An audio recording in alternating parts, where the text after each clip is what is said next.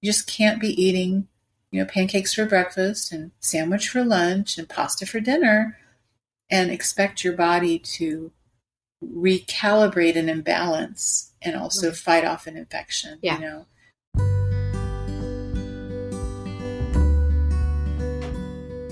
Holy Wild Birth is a podcast embracing the reclamation of giving birth, rooted in God's original design, undisturbed. Here, we share homebirth stories highlighting God's presence as the great midwife, as well as conversations about all aspects of a holistic, spirit-led childbearing year. From the perspectives of myself, traditional midwife Lauren Hall of Rooted in Eden Private Contract Association, and me, holistic doula and birth keeper Brooke Collier of Sister Birth. To choose a holy wild birth journey is to consecrate all your decisions unto the Lord. And to reclaim creation unadulterated by centuries of human attempts to control and improve upon what God has already called good. Please remember, birth is not a medical event, but a natural process. We are not your care providers, and this should not be taken as medical advice.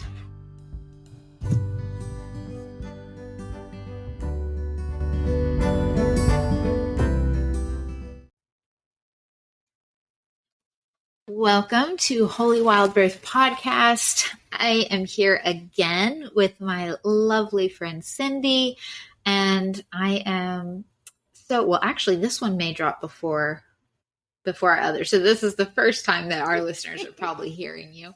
But this is my absolute dear friend Cindy. I adore her, and if you know Cindy, you know that her big thing is nutrition. And so I wanted to have her on here to really, share her wisdom. She is a Weston A. Price Foundation chapter leader. And I think one of the first things I ever learned about her was the practice of her prenatal lunches, which I hope you'll share a little bit about too. Sure.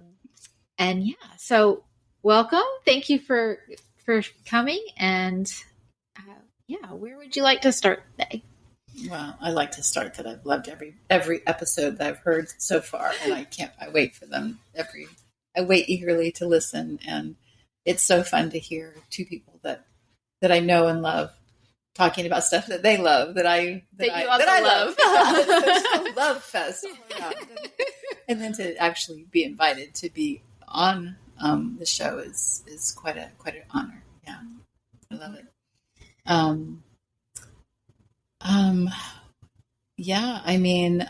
You and I first connected because you reached out to me as a student, right? Yeah, I reached out to you as a student. And what were you talking about? At that time, I think I had, I'd learned a little bit from you were teaching the nutrition, some of the courses, the nutrition class at Indie Birth School. Yeah. Yeah. So you'd done that. And then that I think I reached out largely around a student project I was doing around labor patterns. Oh, that's right. That's right. So, yeah. Quickly went into nutrition chat as well, because it's something I was very passionate about, and you're obviously very passionate about. So, yeah. What made you passionate about nourishment, or is there a little bit of a background story there? Oh, wow. What made me passionate about it? I think. Did you grow up eating the way you eat now? No, and that might be why. I don't know. I just remember when I got married and then I was making my own decisions. I took it seriously. It seemed like a responsibility. Yeah. And I just started just looking into it. I had a feeling that rice-a-roni and boxed mashed potatoes and margarine were probably, I don't know, I just intuitively knew that those probably weren't the best because I didn't grow up on, that's what I grew up on. Okay. I never tasted butter until after I was married. Oh, wow. Yeah. But I do distinctly remember standing in the grocery store as a new bride, and I literally had a box or a tub of margarine in my hand and a pound of butter in the other hand. And at the time, we were being told that butter was really bad for you because it had cholesterol in it, and cholesterol was bad. And that was in the news. It was in all the magazines. This was before the internet, so that was it, Yeah. And then on the other hand, I had the margarine. And so I'm looking literally, I'm not just making a allusion to. I was standing there with one hand out, and I'm looking at these two things, and I'm reading the ingredients on the margarine, which went on for quite a while, and I didn't understand any of them. And I'm reading the ingredients on the butter, and I'm like, okay, Lord, well, you know what? You made this. This is from something real that I can understand. So I'm going to take my chances with this. So it was something simple and really Intuitive counterintuitive and countercultural at the time. So I would say that was like, it's almost like I was at a fork in the road. Right. And so that really set me on a path. Now I did have a little detour a little while, a few years later, when the big low fat thing was really, really, the drums were really beating loud. Yeah. And I did kind of go down that path a little bit, but it never felt really right. And it was a really short detour. And I do remember the first time that when I started drinking raw milk, it wasn't the raw part that I was struggling with. It was, okay, I'm going to drink whole milk. That was a stretch for me, not the raw part of it. Not the raw part. Yeah. So, was it because of the low fat? Culture? Because I'd only ever had 2%. Yeah, of course. Because I only ever got 2%. Yeah. And so that was really, again, another, I can see myself like years ago taking one branch on a path, but then down the road a little bit, it was another branch, just these further and deeper in, down the rabbit hole, so to speak. And then, when I started studying to be a midwife, and then now there was the internet, how you start researching something. And I think I was very early in my studies. I was researching fetal development, just for a project or just for my knowledge. And I ended up clicking on something that went to the Weston Price Foundation. Yeah. And then I was like down the rabbit hole. Really, really deep. Like, oh my gosh. Never to be seen. Yeah. And then I ordered the book that Weston Price wrote, Nutrition and Physical Degeneration, which is a tome. And but for those of us who geek out on this kind of thing, it was very interesting and just made so much sense. Yeah. Made so much sense that traditional cultures, they didn't have dentists. Right. They ate their traditional diet and they didn't have cavities. And their teeth weren't falling out and of their head. teeth were beautiful and straight and, yeah. And so fit their mouth. Yeah. It just made so much sense. And then I became very, very quickly after discovering it, I just there was no chapter leader in my county. So I said, what the heck? And I, became a chapter leader. And that was concurrent to my training as a midwife. And then I had a fellow chapter leader actually that had just gotten married or was getting ready to get married. And she had made this beautiful graphic that included all the foods to avoid, but all the foods to try to eat, like weekly or monthly or daily. And she said, we're going to eat this way for 2 years. And then we're going to try to get pregnant. And when I get pregnant, I want you to be my midwife. And so I said, oh, that's great. Can I steal that? Right. Because it was so beautiful. Of course, she gave me permission, and it's in my intake packet for all of my people. I say, put this on your fridge. And if you feel like you can eat this way, 70% of the time, then you really don't need a prenatal vitamin. Right. And that's the sheet that you're going to offer in our show notes. So you can download this. You absolutely can. It's a beautiful graphic. And I think every pregnant or nursing mom, can benefit. And it's for pregnant and nursing moms as well. Awesome. And so I started my practice with a heavy encouragement and assessment of. If you hear the heavy breathing, we have now a puppy has come to visit. Yeah, because somebody's doing fireworks outside, and she's up here like all up in our stuff. So if that's that's the heavy distracting, breathing, it's right? just a dog. It's just a dog. No one's dying. Oh goodness.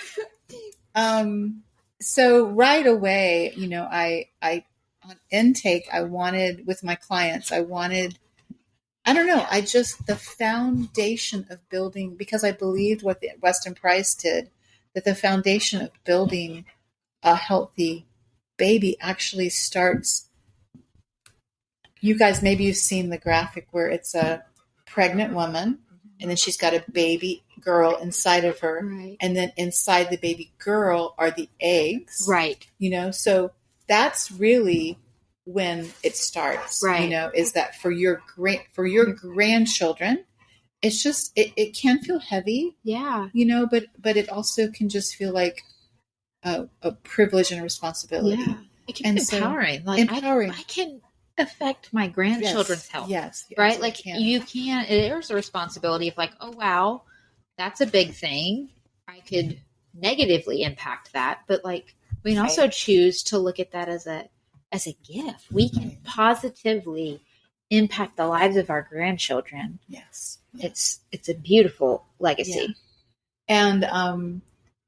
And also at the same time, I had read another book by Dr. Kate Shanahan called Deep Nutrition. It's a little bit of a, it's not as easy a read as some other books, but it's for those who are interested. It's very interesting and compelling. I actually had my 13-year-old read it. He loved it. Oh, okay. Wow, that's impressive. That's homeschooling for you. Yes, that's right. But I stole a phrase from her that I use in when I'm doing a consult or in my initial visit or anytime that I'm talking to someone about nutrition, and that's food informs physiology. Yeah. And I love that phrase because it really, the way I break it down to them, and this is my interpretation that helps explain it to people, I say, you know what? It's like food is your body's first language. That's its native language. And that's what it likes to speak, and that's what it understands the easiest, and it functions best when you're speaking its language. Yeah. It can understand supplementation. It's bilingual.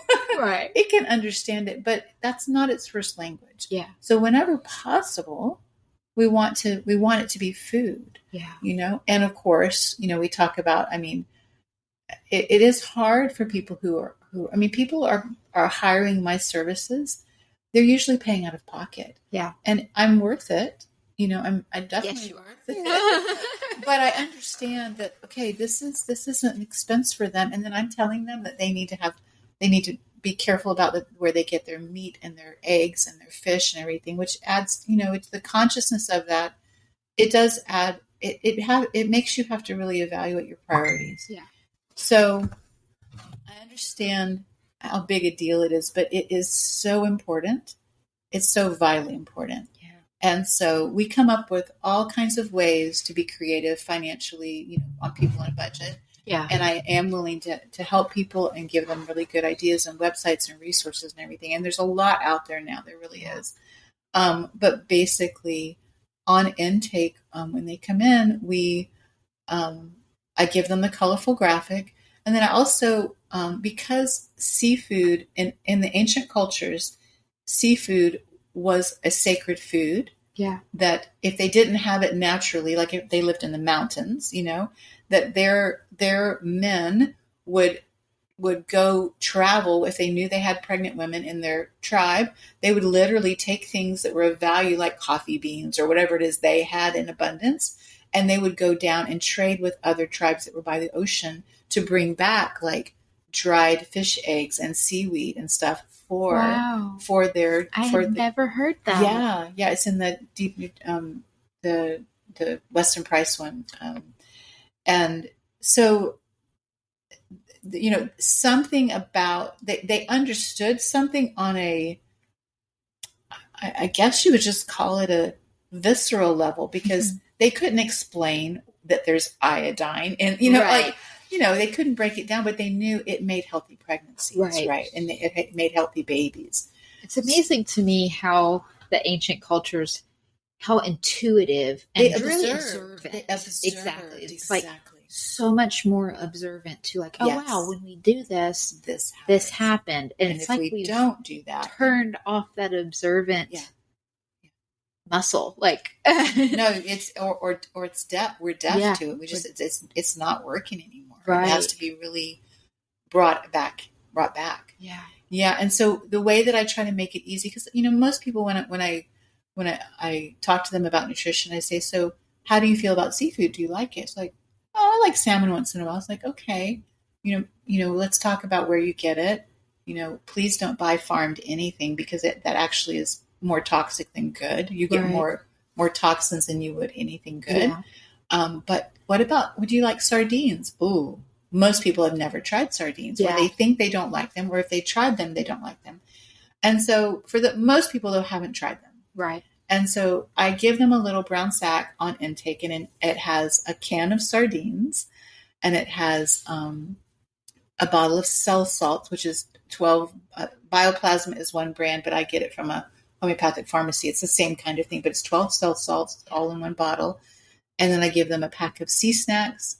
And then I have a local independent store that they ferment their own vegetables and, water kefir and kombucha and stuff like that. And they just lived around the corner. They give me a coupon for my clients because I'm telling them to eat probiotic foods. And so they also give me jars and bottles, and I make little samples and put it in their bag. So now they have this bag they can take home. And if they've never tried real sauerkraut, they can try it. And I say, I can just eat it with a fork out of the jar. I said, and I have this little solo, it's probably 2 tablespoons, a little cup with a lid, like you put ketchup in at a restaurant or something. Right. And that's what I give them. I said, actually, there are more, just to make them understand how strong and potent food is. I said, there are more probiotics in this serving of sauerkraut than there are in a whole bottle of probiotics that you buy. Wow. At the health food store. Yeah. So this, even though it's like 1 tablespoon here. Right. Even though that it costs, $8 or whatever it is for this fermented pint, 2 cups of vegetables, you're getting a lot. And it's actually, it's bioavailable for pennies at home. Oh yeah. A 5-year-old can make sauerkraut. Yeah. Yeah. Super easy. But, not everybody knows that. Not everybody, but just to give them the understanding of how powerful and metabolically useful the food is, so that, and then I usually have I have these cute little cups that I pour like grape water kefir, and the grape water kefir that I give them samples on, it tastes like grape knee-high soda. It's awesome. And so that usually hooks them to at least go by the store and check out what they have. And then the sea snacks are because I think every woman can benefit from having sea vegetables. It's just not part of our culture at all. Right. Unless you happen to be a Japanese heritage or something like that, where you eat those kind of, or Koreans, they eat a lot of like stews that have seaweed in them, which are yummy. But so I just give them that first sample. And then the sardines, I give them different ideas. Like, I've converted so many people and their kids to sardines by simply saying, make like you're going to make tuna salad. And then like this one family, she said, oh, they don't like it unless it has barbecue. I said, so put barbecue sauce in it. So we put a squirt of barbecue sauce in the quote tuna salad. Uh-huh. And those kids are eating cans of sardines. Like they want more. They just can't get enough. Awesome. Another way that I love is if anybody, I don't know if this is a Southern thing because I'm in Georgia or if it's just a thing, but did you grow up eating fish patties, like salmon patties? Yeah, I make them for my kids all the time. So it's like basically the fish, and you put an egg or breadcrumbs or whatever it is, and you fry it, right? Yeah. So not everybody has known that, but most people that I've come across have had that. Occasionally, I say, so make it out of the sardines, and I explain to them how the smaller the fish, the less toxins they have. And so I also tell them, if you eat a can of sardines a week, just a can of sardines, you don't need to take a fish oil supplement. Right. So even though the way we're talking about eating can sound like an added expense, if you're not buying probiotics, which if you're going to buy them, you might as well buy good ones or you're just wasting your money. And, a fish oil supplement, those are not cheap. Yeah. So. And then the quality, prenatal, it's like $50 for, right. So it's like, just can you look at this and, can you eat like this most of the time? So. Yeah. And of course, we have restrictions. Some people actually can't do any dairy at all, so they can't do raw milk. But those who say they're dairy intolerant, I say, have you tried raw milk cheese? No, I haven't, because a lot of people who think they're intolerant of dairy, it's not actually dairy they're intolerant. It's the way it's processed and the way that their body is rejecting, that. So I've had quite a few actually people that maybe they can't tolerate the milk. Yeah. Maybe they can tolerate goat milk. Yeah. That was me, actually. Yeah. I was that person. I thought I was intolerant for so long until I switched to higher quality milks. Right. And Right. I had gone years on almond milk and yeah. like, thinking I was doing the healthy thing. Right. And then not realizing that it was like sunflower oils and and all these oils in those. And almonds are one of the highest sprayed with pesticides too. And, I was just, I can't do milk. And so I would do some raw goat's milk every once in a while because I had a friend who had goats, but and I could handle that. But that was what I had access to. And I just thought it was the milk. And then as soon as I, switched over, it was actually because of Corey Malloy, Freely Rooted, Hormone Healing RD, Real Food Gangsters, all of that pro-metabolic community that I was like, maybe I should back up a little bit and see, because I had always been able to do hard cheeses still. Right. And I was like, let me see about the quality. Sometimes if they can't do the liquid, they can do the cheese, the raw milk cheese. And so that, that can be a good source. Yep. So I just switched over without any problem. Yeah. Without any problems at all. And so, it's most things that most common complaints.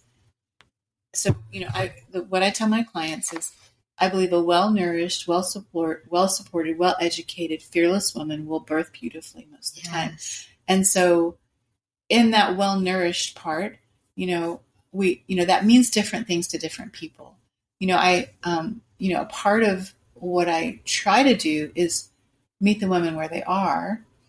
And sometimes they're coming in and they are not doing the standard American diet, so they think they're eating healthy. Right. But, they're still doing a lot of prepared packaged foods. And, it is better than the standard American diet, And so part of it is the, pressing against, leaning against the culture of the diet culture. Cause so many women were raised by women my age that were, obsessed with calories and stuff like Weight that. Watchers. Weight Watchers. Right. And, I can't say that my daughters might not say that I was very calorie conscious, but mine was more, I loved working out. I loved exercise, and it was a part of my health, life, but probably imbalanced for a while, maybe I'm still a little imbalanced in that. I don't know, but so it's just hearing something different, because you and I were talking about this earlier, that it's so ironic to me that in a first world country, the women that come to me, I would say, I'm going to say at least 30% of them, and it might be more. When we do a food diary and we look at how they're eating, even if they're eating really good quality foods, sometimes, when we break it down, they're not getting enough. Yeah. They're not getting enough calories mainly. And oftentimes they're not getting enough protein. Yeah, I would say the same with my clients. Probably more like 50 to 60%. Yeah, not at all getting enough. Yeah, and it's so great. It's so bizarre to me that that's the case, and it really breaks down to a lot of times they're just busy, especially if they have other kids, and a lot of these women are, like I was, doing all the crazy stuff, like homeschooling 4 kids, and doing all the things, and cooking all your food, and it's like you just aren't getting enough in your mouth is what's happening, you know? And I get caring for everybody else but yourself. Yeah. And so, or just not listen, you're hungry, but you're busy and you just can't stop. You just feel like you can't stop to take a bite, Right. So, well, I find too that I have a lot of clients that are so stressed out that they're just running on cortisol. Yes. And so then they're not hungry. And I'm always telling them, like, it's, if you're running from a bear and your body is in fight and flight, you're not, you're not going to sit down to have nobody's running from a bear going, oh, let me grab a snack on the way to, like, let me stop and get this honey as we run away from, like, no, right? No, like if you are in what feels like a emergency situation, your body is shutting down your hunger cues. Right. And so even though you're not actually in an emergency situation, if your body is in fight or flight, if you're having these adrenal fatigues, if your thyroid is in the tanks, like which is an epidemic, right? Like it's a whole other Yes. topic, but like if that's going on in your life and you're super, super stressed, and honestly, I feel like who isn't lately, since 2020, I feel like the whole world is just crazy stressed.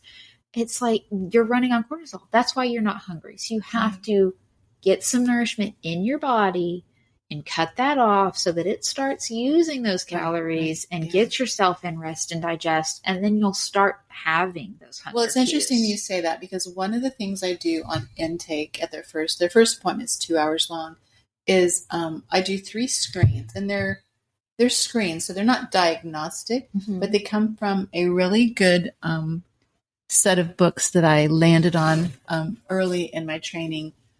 It's by Dickon Weatherby. He's a nutritionist, and it's called Functional Terrain Analysis. And it's the one that I landed on the heaviest is in-office lab testing. And it's just really low maintenance, easy, not expensive screens that you can do. And I landed on 3 because exactly what you said. I landed on the adrenal screen, zinc, and an iodine screen, which really has to do with thyroid. Right. And so because as I was researching and learning more, and I'm still learning and still tweaking a lot of things, that all those things together, so the adrenal is really tied up with the thyroid. Those are really tied up. And your iodine levels can affect your thyroid, which is going to affect. So they're just, of course, you can't isolate one thing. Right. But zinc is just important for cell metabolism all around everywhere, especially if we're talking about immune, and because everybody's talking about me right now. Right. And so I do 3 screens that I took from Dickon Weatherby's book.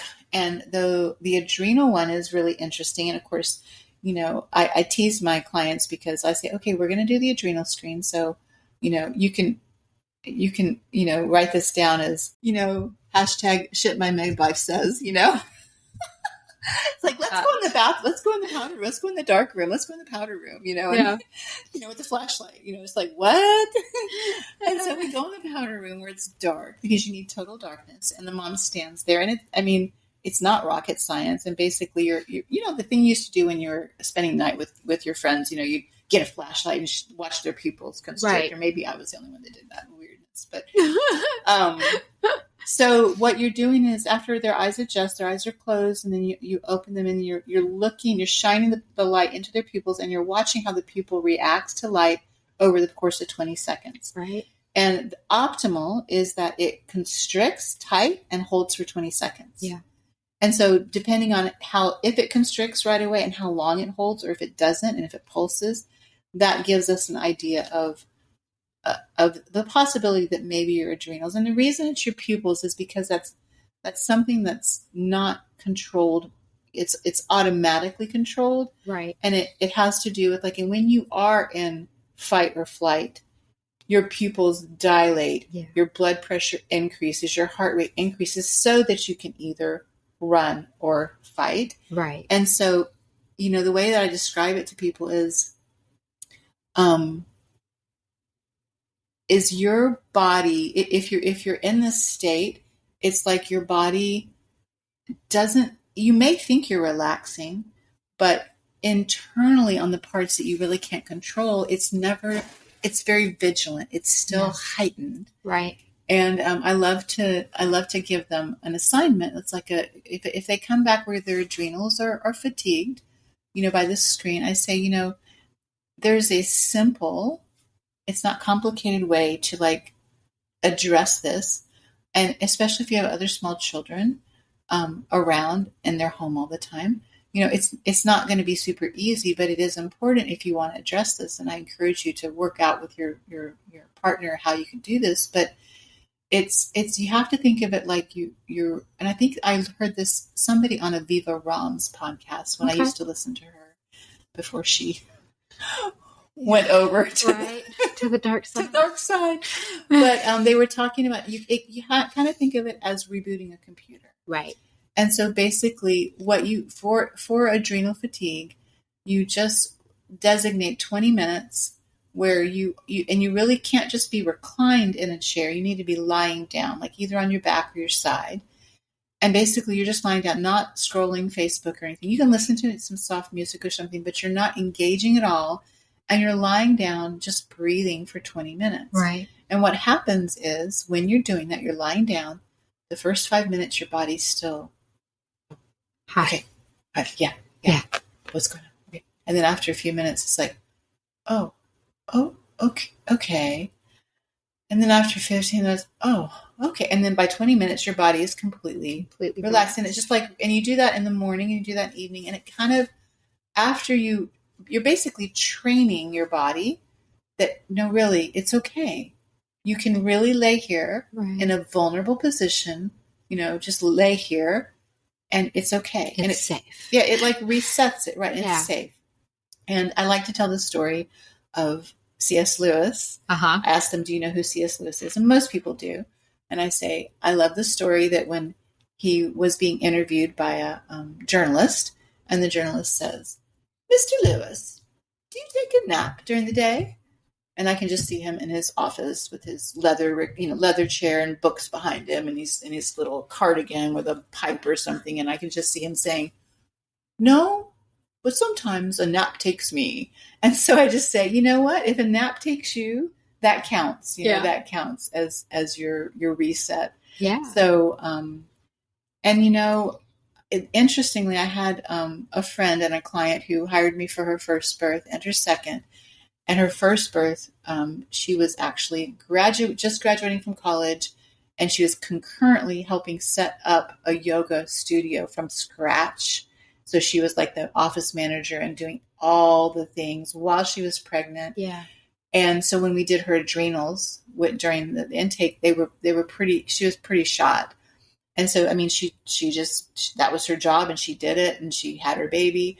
And so, a little while later, I think he was maybe a year or so, she had been really working because she is also a yoga instructor. So she'd been really working on, rebooting her adrenals, and she wanted me to redo them. Yeah. And I did the test again, and she had improved. So it's measurable so that you could actually say, so a higher number is more compromised. Right. So like, if I'm looking at your pupils and they constrict immediately and hold, then that's really good. Yeah. But if at 8 seconds, they start to pulse and get bigger. No, I'm sorry. The lower number is worse. Yeah. The higher number is better. The lower number is worse. So the quicker they start to pulse, which would be like at 8 seconds or 10 seconds rather than 20 seconds. Right. Then I think her first test when she was pregnant was like 4. Yeah. At 4 seconds, it started to pulse and get bigger. Mm-hmm. And when she redid it, I don't know if it's exactly a year. It might have been 18 months later after she'd been really working with it. She was up to 14. Awesome. So that's that's something that someone can see and they know, I've been doing this and these are the results. That's awesome. Yeah, especially for a yoga teacher who's very, and a person too. She's just very aware of things. She's learning too. Yeah. I actually use the same screen with my clients, and I have a worksheet because I do virtual. So a lot of times I have to give them that. So they have to do it with their spouse at home. So I will drop that worksheet in the show notes as well so that you can do this at home if you need to. Yes. Yeah. Do they do it on themselves or do they have somebody do it? You just have someone else do it too. I imagine you could do it on yourself, but it would be kind of hard to count it with it probably work better with somebody else doing it. But it has the numbers and charts as far as 3 seconds versus I mean, it's probably just the same issue what's in your book basically. Yeah. And then the next thing I do is a iodine screen, and I just get 2% iodine solution that I put on their wrist. Like I just make a little heart or a little circle and let it dry, and then I write the time and I say, so just notice when it fades, when it's gone, because that's stained kind versus the clear. I don't know about the clear. Yeah, you can get some iodine that's like, I think it's ionized or something, and it's clear. So you need to make sure that there's a It's orange, Oh yeah. yellow color Yeah. to it. Definitely. It's like, yeah. And so, basically, if they're in my office like at 2 or 3 in the afternoon, I say, just check it when you go to bed. And if it's still there, just check it when you wake up in the morning. And if it's gone, the quicker it disappears, the more deficient you are, because it's transdermal. So it goes through your skin. So your body is just like soaking Yay, it up really iodine. quickly. Yeah. So the quicker it soaks it up, the more hungry it was for it. Right. But if you can still see it even a little bit at 24 hours, then you're sufficient. And I think I've only had one person in 10 years that was sufficient. Yeah. You don't want to know what mine was. Oh, gosh. It was a while ago. It's been a long time, so I'm sure it's improved. But the first time I tested mine 2-3 years ago, it disappeared within an hour. Wow, Just that's completely the fastest gone. I've heard. It was just completely gone. Wow. My adrenals were also like pulsing at like 2 or 3 seconds. Like, wow. so Dang. shocked. Yeah. Yeah. I should retest all of that Yeah. because I would love to see, since I have shifted my nourishment in the last Yeah. 2-3 years so It would be drastically. interesting. Yeah. And I was the person who I thought I was doing good. Like that, I know. I'm very careful when I'm talking to moms because they really are doing. Yeah, you're doing. It's let not me tell you a story. guilt. I know how it feels to be the one that's trying their best. I had 2 littles, and we were living in California, and I was really. Nobody was cooking like I was doing. Right. Nobody in my circle was doing what I was doing, and somebody came to my house. I now know it was like a marketing level something or other. Right. But they came to my house, some guy, and he was talking, and so he was saying, "So tell me what you have for breakfast." And I was kind of proud. I'm like, "Well, I make oatmeal every morning," or whatever. I like this morning I made oatmeal, and then he we must have been in the kitchen or something. He picked up the box of oatmeal, which unfortunately was Quaker Oats, but whatever. Right. That was the best. I was doing the best I knew how at the time. And he goes, "There's more nutrition in this box of oatmeal than in the oatmeal." And it was just I'm like, what? And it did not draw me to, it was deflating. Right. I was doing my best and he didn't see that, Yeah. So it's really tricky to try to, affirm where they are, but also, encourage them deeper. Right. And so that's why I like to give them samples. I say, hey, this is a risk-free way to try this, and let me know if you didn't like that and you want to try another way, like with the sardines, I'm thinking, let me know. Yeah. I'll give you another one. Cause it's, Costco, when they go on sale, they're like $1 a box. They're not very expensive at all.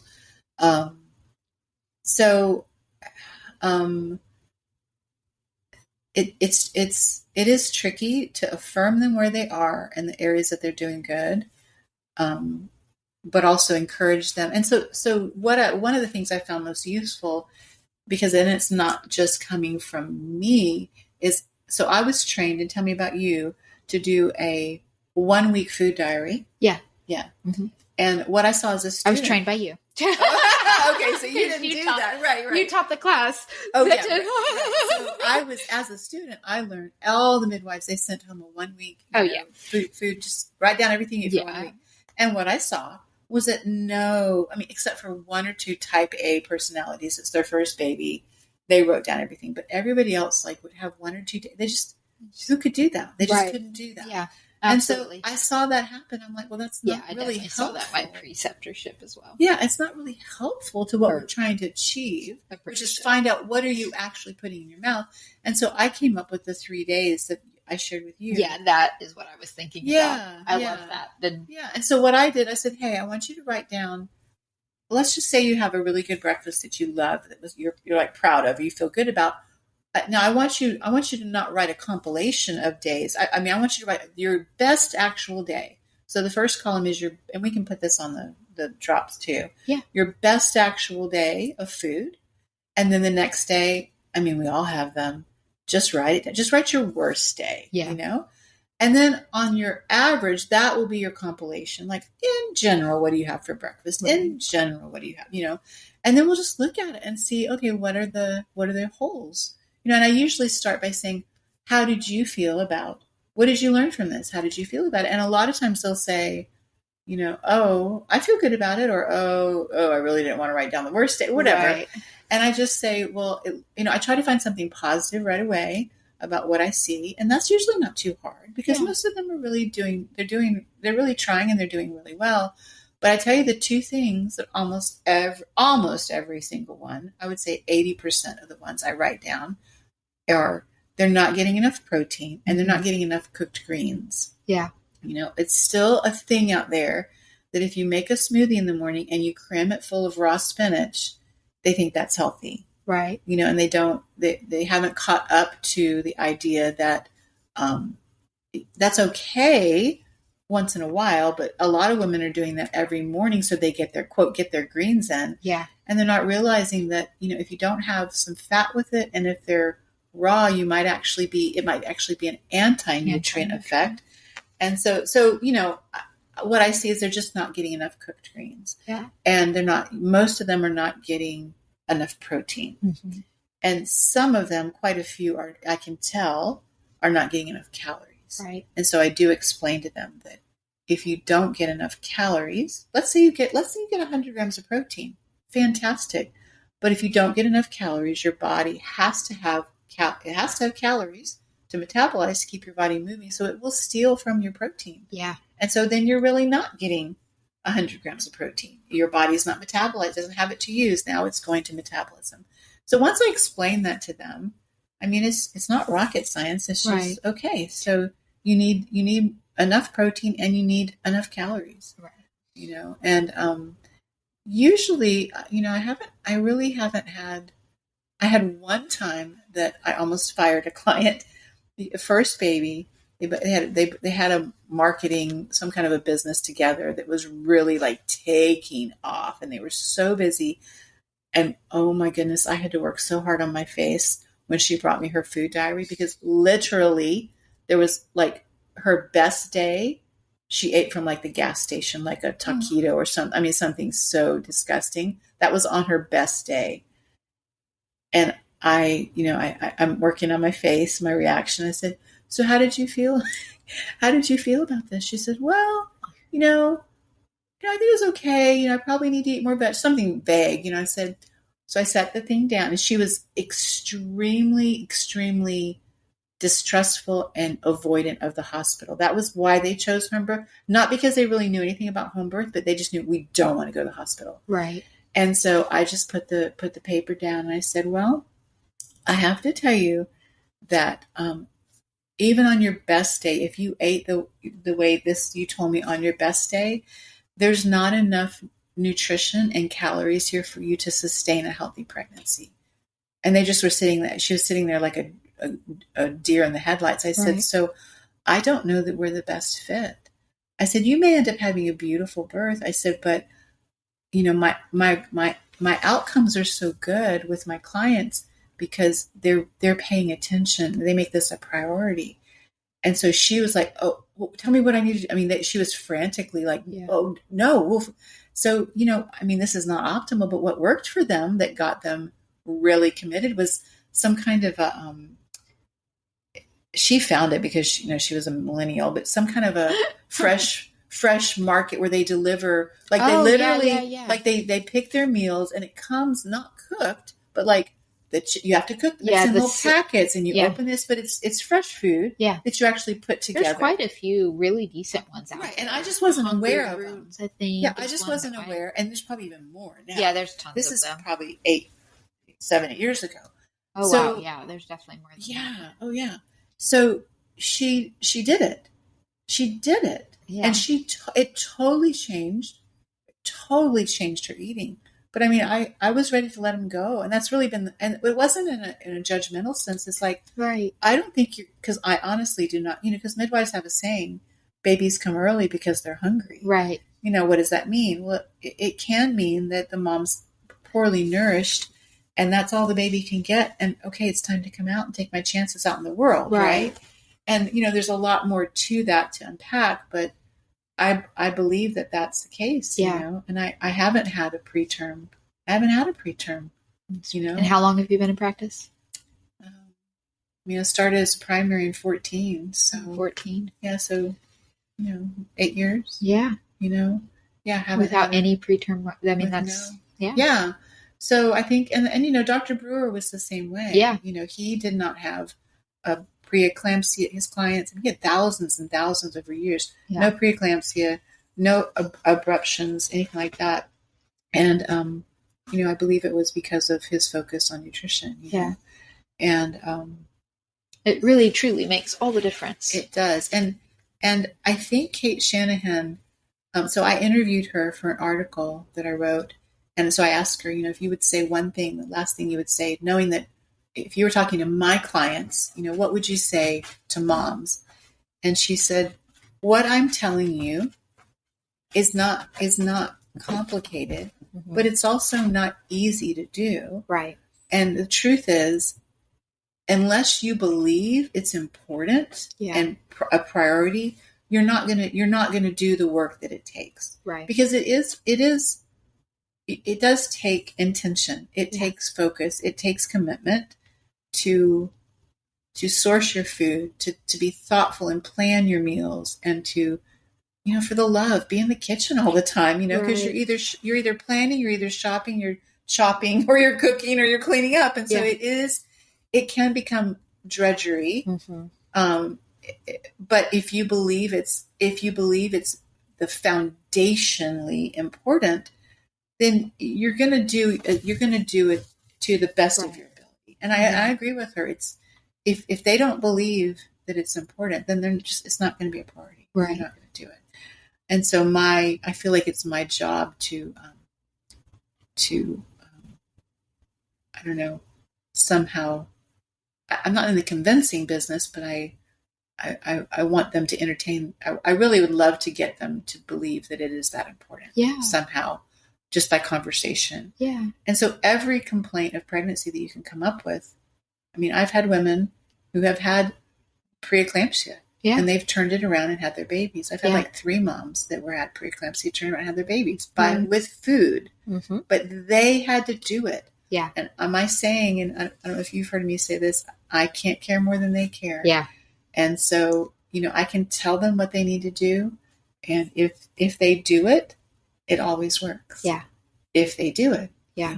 And I also say your prenatal care is not coming here to my office once a month or once every 2 weeks. Your prenatal care is how you feed yourself, how you hydrate yourself, how you move your body, and how you handle stress. Yes. That is your prenatal care. You are your main care provider. That's right.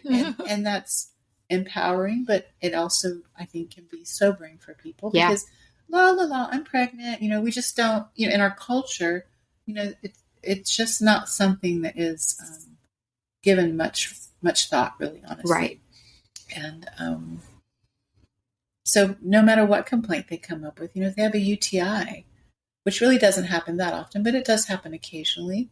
And so the first thing we have homeopathics and natural remedies that they can take to hopefully flush it out. But then I address it directly. And it's almost always like they're coming off a vacation and they just ate, they just ate all the things, especially carbs and sugars. And they just were, whatever. Or they've been particularly stressed and just haven't been eating well.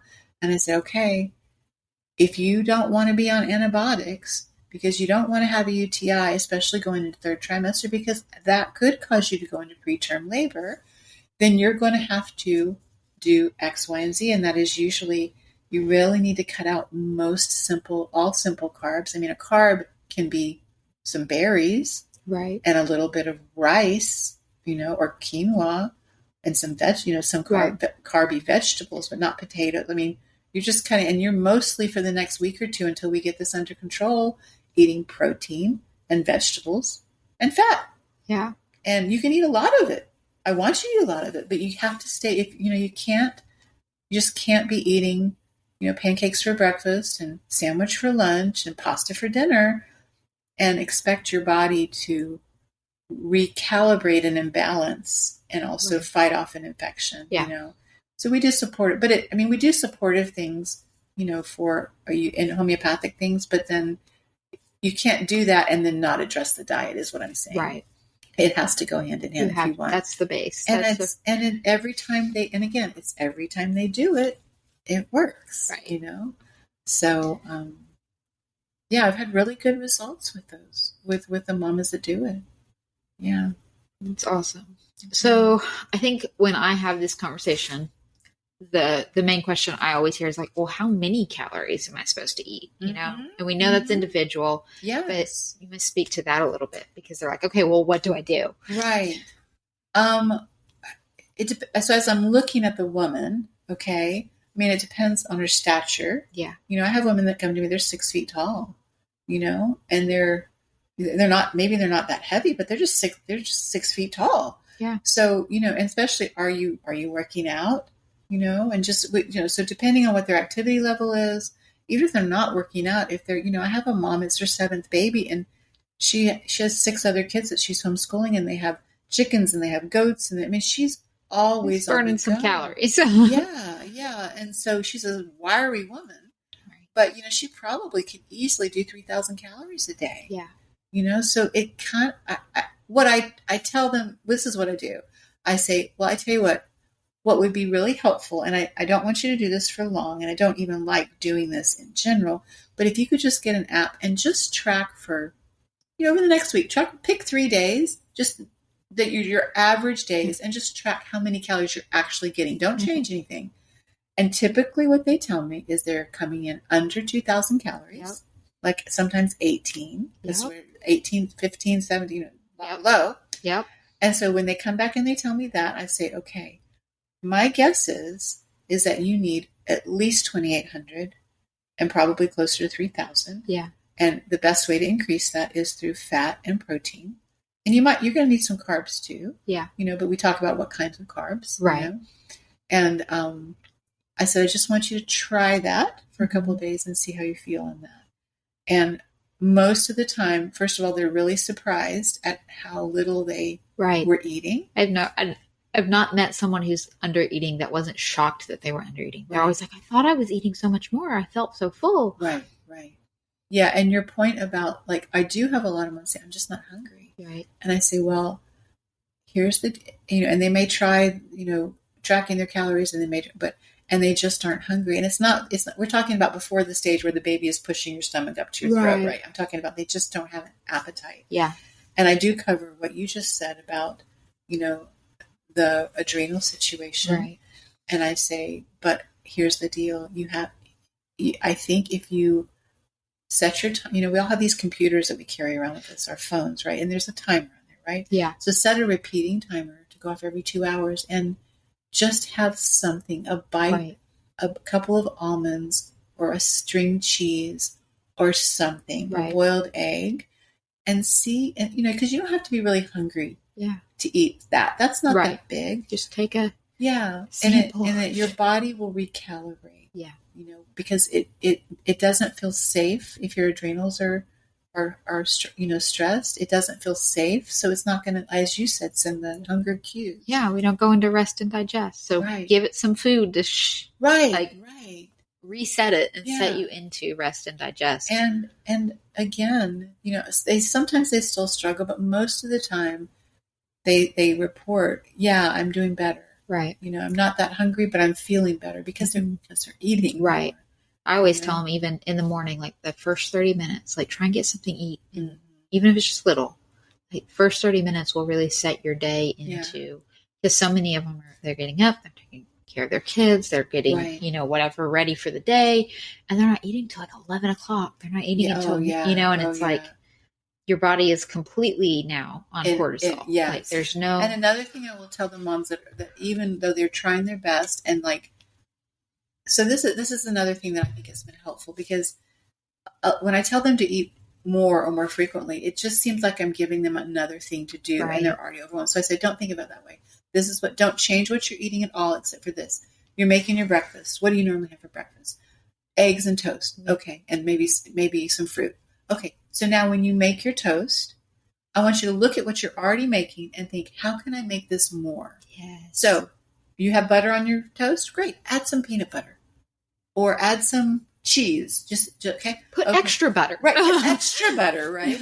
You know, if you're having the fruit, do you have cream? Do you have heavy cream that you can like eat that with? You know, we're not trying to make another meal, but just look at it. And then, you know, maybe they're not eating a snack. Right. Just every snack needs to have protein and fat in it, and some carbs if optimal. Yeah, I like to some protein and carb, and then typically the fat kind of is there if you're Usually, eating a quality of both of those. Right. Yeah. But another thing that I've found that does help moms, like you said about especially getting up in the morning, is if they're still not getting enough, or they're nauseated, or just something's off, I'll say, take a handful of almonds or peanuts or something, or a string cheese, and put it by your bedside. Yeah. And when you wake up to pee, or you just roll over, just grab. It's easy. You don't even have to wake up. Grab it, take a bite, chew it, and swallow it, because you're adding calories, and it will keep you, especially in the early part of pregnancy, it will keep your blood sugar from being so low. Yeah. And it can really help with the nausea, but it also can just help with them getting in some more calories. Right.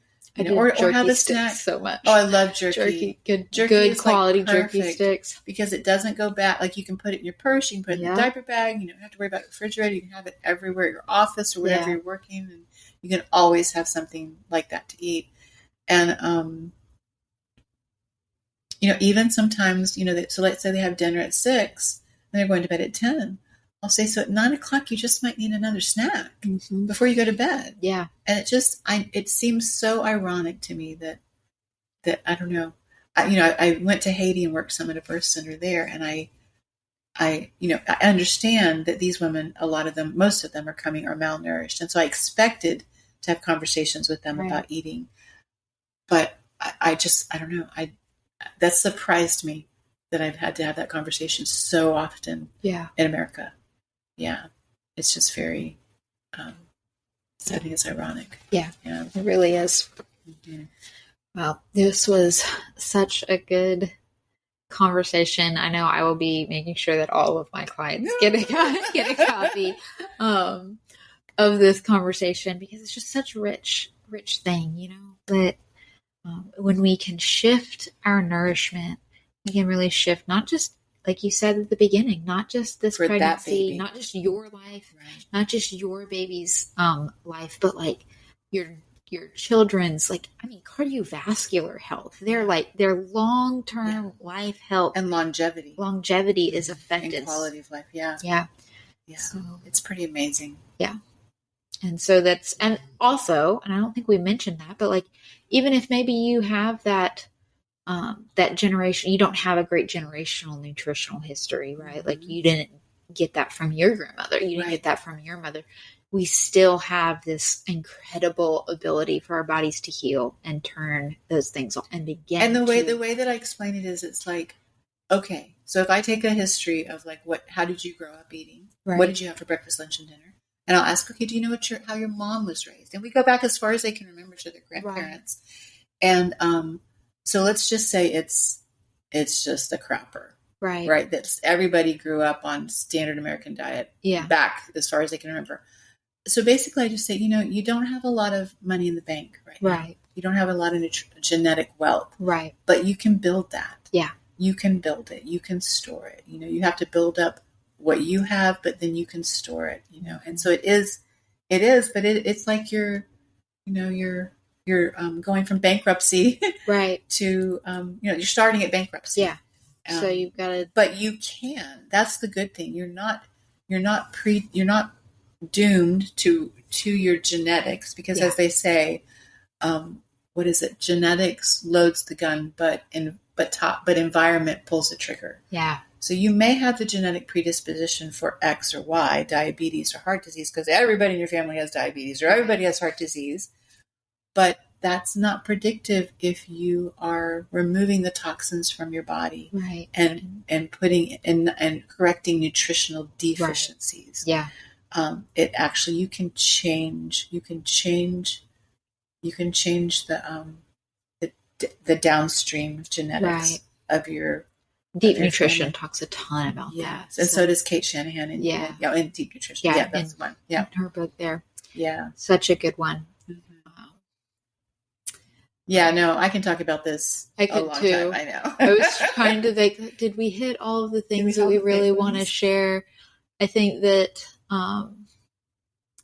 the thing that really shifted in the last, I saw it not too long ago, that helped me as far as the finances side it comes Mm-hmm. across, right? Like there was this level of like, I don't always have the most money to handle, to eat the most quality thing.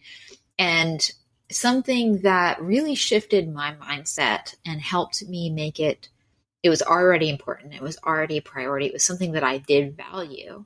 But it was just this like, when the rubber meets the road, like, how can I make it happen? Right. And I saw a post and I wish I could remember who wrote it. It was somebody, it's on Instagram. I know she does a curriculum for homeschooled kids to teach them where nutrition comes from. I'm going to have to remember that and put it in the show notes because I cannot remember who to credit for this. But she said, food was never meant to be cheap. And it hit me like a ton of bricks. Like, she is so right. Like, it wasn't something I didn't know, but it was something it's just that hearing it that way. And I've even repeated this, and some people have heard it as a guilt thing. And it's like, it's not, I want it to hear that as a value thing, right? Like, when you are comparing, going back to the beginning, the butter versus the margarine, right? Like, the margarine is not real food, and it's cheaper, right? And so you were comparing at the beginning, the fakeness of what is this ingredient to the real. But like, if you also you're comparing real to fake, so it's not food versus food. And it's also it's poison, right? It's toxic. It's not just not food, right? It's actually anti-life. Absolutely. Yeah. Absolutely. And so when you begin to if you're just thinking from the money side of it, and you're like, okay, I recognize that this isn't food. I recognize this is toxic and I don't want to eat it, but I have to feed my family. Right. If you start comparing food to not food, that's not a comparison. Right. And it brought for me freedom, because it was like, why would I try and compare this price? You're comparing apples and oranges. Not even. Not even. Those are food. It's it's literally saying, well, this apple is more expensive than the rock, so I guess I'm going to buy the rock. Right. What? Right. It's literally that's not. If I begin to look at this thing that is toxic, that I recognize as toxic, but I'm like, well, I can eat it because the rest of society eats it, so I can. Right. Well, there are people in Haiti that eat dirt cookies. So why are you should they be eating that? No, that's, that's what, if you are literally comparing this to not food, it is not food. So it's not actually more expensive. It's just what the food costs. That's what it costs. Right? It's just what food is and food was never meant to be cheap. Yeah. It is blood and sweat and tears of that farmer. Yes. It's if we're talking about the life of an animal, a sacred creature that God provided for that. It is not meant to be cheap. Not only cheap in price, but cheap in value, the value, right? The sacrifice, the monetary. Right.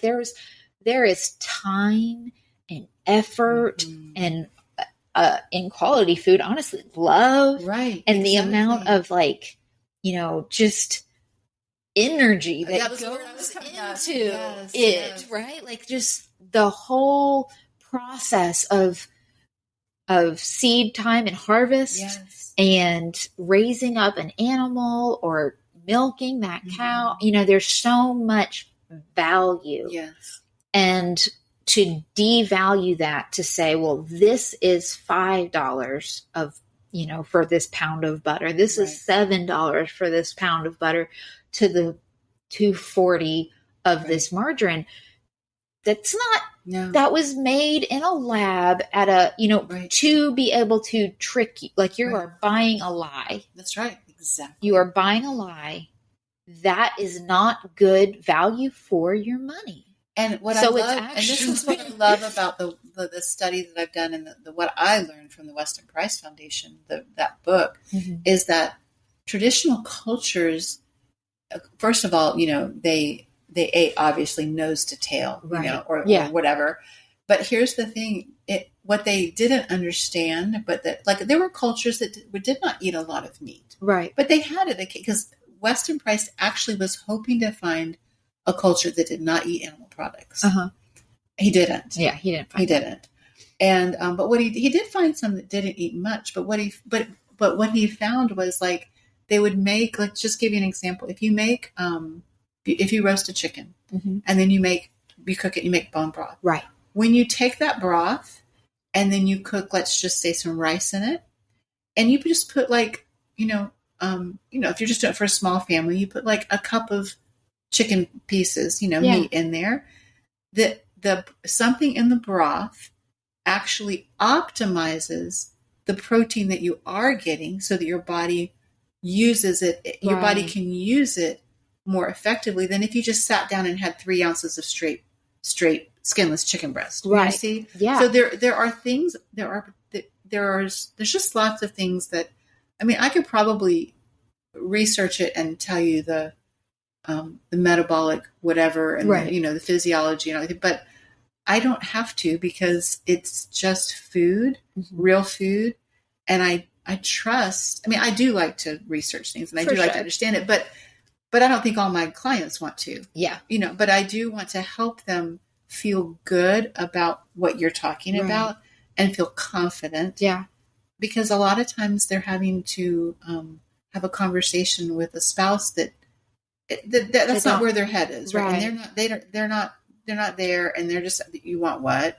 We need more money for what? Right. Why can't we just buy, what? Right. Like I can just get this Velveeta because it's cheaper. Right. So, they're in this situation. So they need to have some kind of confidence that they are truly, doing the right thing for their family. Yeah. And so, I feel like they're fuller even. Like you use less food when you're eating highly nourishment. Like if you're eating food that's not actually food, right? Your body doesn't speak that language, right? So you stay hungry, so you're consuming more of it, which is not only harming your body even more, but like then you're not full, right? And so then you need more. But when you eat, even a beautiful loaf of sourdough will go a whole lot longer than the crap bread, right? Because everybody only wants one slice of it versus in your house, really? Well, nice thick, like 1-2 slices. Everybody will eat it, but it's like gone. But it's just like if you nobody sandwich, really looks forward to having a loaf of bread. A loaf of just a like regular whatever. I don't know. They have it. They make a sandwich. Grocery store. That's just what you do. You just ate a sandwich.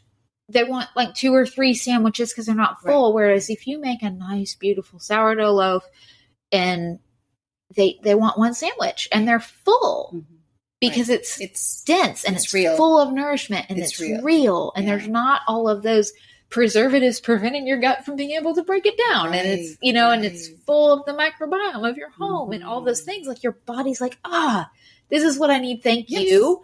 We can go on living now. That's right. Right? Yeah. Yeah. So it actually can even out, of like if you spend the time and the effort and the funds, it sometimes it's actually more affordable. It's more affordable to make that bread. It's more affordable to make things from scratch. Those, the sauerkraut and your fermented, foods for pennies, because it's real food and it's going further. Yeah. Yeah. Mm-hmm. Yeah. So it's tricky, but if you believe it's important, right, then it doesn't say you're going to do everything tomorrow, right? But you'll it's a journey. You'll be on a certain direct. You'll be in a fork in the road. It's like, okay, this is where I'm going. Yeah. I would love to be able to do that. I would love to be able to, make sauerkraut, right? Or start one step at a time, one change at a time. It makes such a big difference. It does. And puts you on a whole new trajectory, I think. And and the rest of your family, right? That's right. Absolutely. And I think it comes down to the fact that, most people listening to this are believers, obviously. And, give us this day our daily bread, right? Like he said, he's going to provide he's our provider. Yes. If he is feeding the birds of the air and, clothing the fields with wildflowers, like he is going to provide. And it's real food that he created. Right. Like that's what he created. And that when you begin to say, Lord, provide real food, provide what you designed me to eat. Right. Yeah. He will. And he honors that and answers that. Like he's our provider. And so, I really want to encourage to push back against this idea that we can't afford real food. Yes. I feel like it's a lie of the enemy to keep us in bondage. I agree. Yeah. Good stuff. Yeah. All right. This is soul food. Yeah, here's some soul food. I hope you found it nourishing. Lord, we just thank you for, I thank you for this friendship, and I thank you for the mentorship and just the nourishment that comes from wisdom and friendship. And Lord, I ask that is translated through this podcast to the listeners, that they are having that wisdom and knowledge coming, and that they're able to digest that and they're able to apply it to their lives, whether it be a pregnant woman or other birth workers and providers, midwives that are using this information to guide their clients. God, Lord, I just ask that you would bless that, and we just thank you for our daily bread. We thank you. Lord, give us our daily bread. Lord, we just speak a blessing of abundance, that the righteous will not be found begging for bread, God. So I just thank you for mindset shifts. I thank you for value to come into the design that you created, how you created us to eat, how you created our bodies to function, and build these beautiful legacies. And we thank you for it in Jesus' name. Amen. Amen.